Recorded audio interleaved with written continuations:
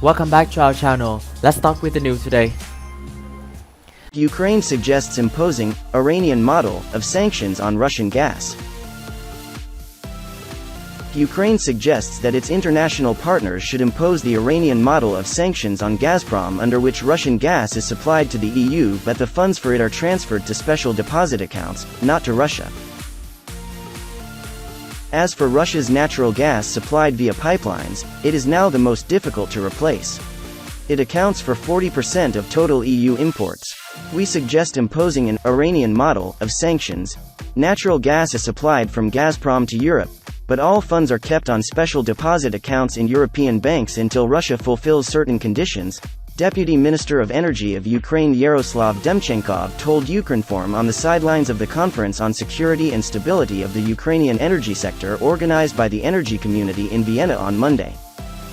According to him, in this way the money will not go directly to Russia and will not finance its war against Ukraine. The Deputy Energy Minister stressed that the myth that Europe will die without Russian energy resources has been cemented for a very long time in the EU, in particular in Germany. However, the real situation is quite the opposite, as Russia's energy will die without Europe.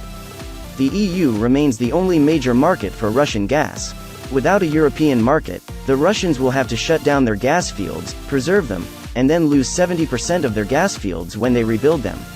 So if Putin decides to bluff and stop gas supplies to Europe, he will simply destroy his gas infrastructure, Demchenkov said. According to the official, with regard to liquefied natural gas, LNG, from Russia, the EU may give it up completely, which will be a right signal to the market and business. In 2021, Russia's total LNG supply was less than 8% of world supply. Almost half was imported from Europe.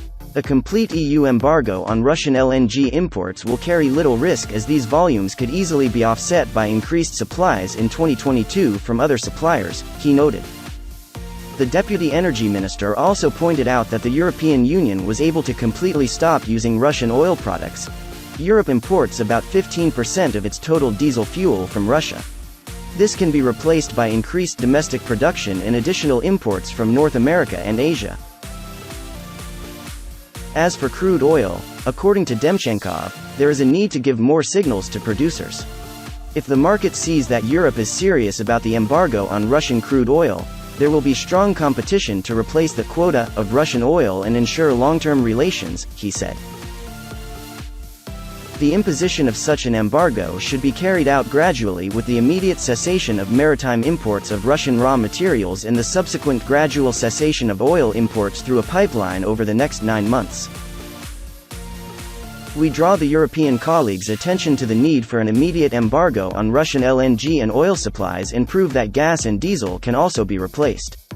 We are also talking about sanctions against Rosatom and an embargo on nuclear fuel supplies from Russia, stressed the Deputy Minister of Energy of Ukraine. As reported, the European Union adopted the 5th round of sanctions against Russia in response to the unprovoked military aggression against Ukraine.